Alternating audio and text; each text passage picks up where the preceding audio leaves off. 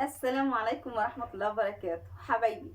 ليه تقليه لما ممكن تعمليه بالطريقة دي ولادك ياكلوه ويعجبوا بيه ويكون كمان تحتيه خير كتير يقدروا يغمسوا بيه، اللي هو البولت بتاعنا.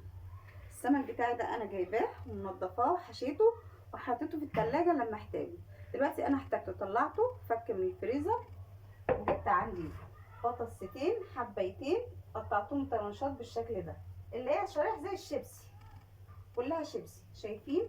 ونفس الكلام بصل، حوالي 3 بصلات كبار، وجزرايه كبيره، وقرن فلفل اخضر كبير، و3 طماطمات قطعتهم بالمنظر ده. كل ده متقطع بالطريقه دي.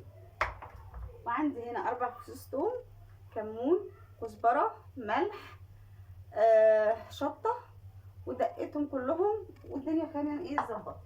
عندي الصاج بتاعي اللي انا هشتغل فيه هنعملوه بالطريقه دي، حلوه قوي وهيوفر معاكي وقت ومجهود، وكمان هتلاقي الصوص بتاعه تغمسي بيه الرز. خلاص ده على جنب، ونجيب الدقه بتاعتنا لان السمك بتاعنا اصلا احنا حاشينه. نشمر كده حاجه بسيطه عشان يبتدي ايه ندعك كل ده بالدقه بتاعتنا الحلوه اللي احنا عاملينها مع بعض. خلاص قلنا توم وملح وكمون وكزبره، كزبره ناشفه، والبهارات بتاعتي كلها، والدنيا تمام كده شايفين.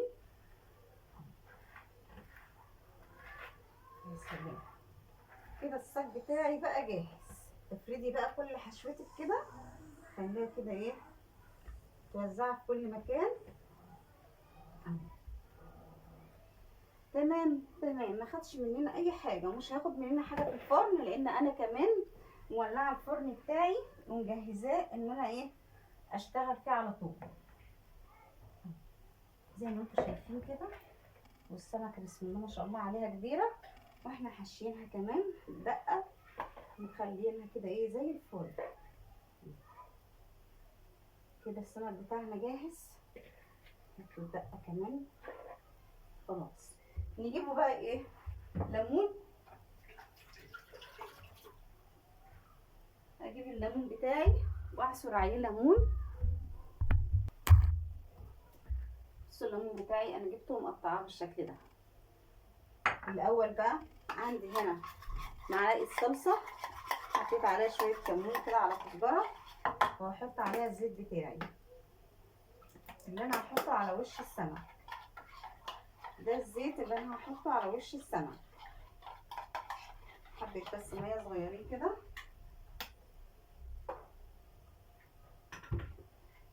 يعني حطيت كده ايه ربع كوبايه ميه. بقى الزيت والصلصه والكمون وشويه ميه والدنيا تمام كده معايا. تمام اهو. هنزل بقى ايه على السمك بتاعي عشان لما يخش الفرن يديني اللون الذهبي اللي انا عايزاه. كده الدنيا معايا حلوه قوي.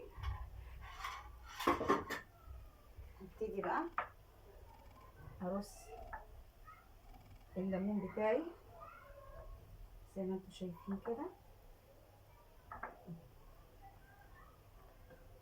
انا عصره ليمون كمان على السمك وانا بعمل الدقه، بس ده ما يمنعش ان انا ايه هديها يعني واحده كده. وادي الصاج بتاعنا يدخل الفرن واوريه لكم بعد ما يطلع من الفرن.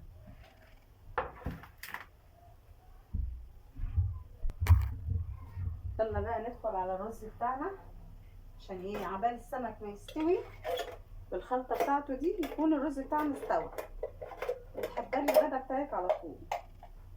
هاخد حته سمنه عشان بس تديله ايه كده طعم، واحط عليها حبه زيت. تمام على جنب كده شايفين. بحب احط ايه سمنه على الزيت لما يبقى عندي سمنه. هنا الرز بتاعي انا غسلاه هنزل بيه على طول. احب اشوح الرز بتاعي الاول في السمنه بتاعته قبل ما اسويه. يعني في ناس بتحب تحط الميه الاول بتاعه الرز تغلي تروح ساقطه الرز بتاعها على طول. لا انا بحب اشوحه الاول في السمنه كده، يبقى مفلفل وحلو ويشرب من السمنه او الزيت حسب ما انت بتحبي. نجيب الميه بتاعتنا بقى عشان نجهزها.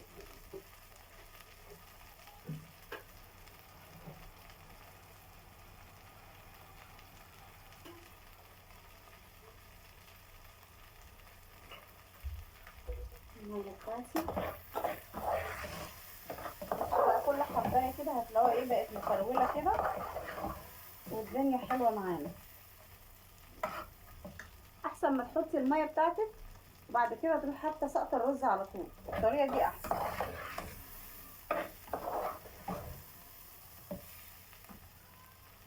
شايفه الرز بقى عامل ازاي بيلمع.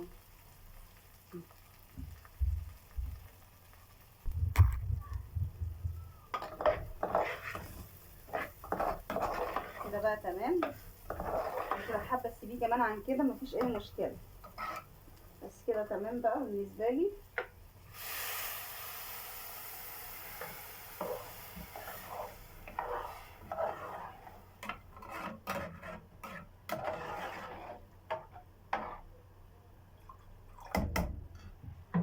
الملح بتاعك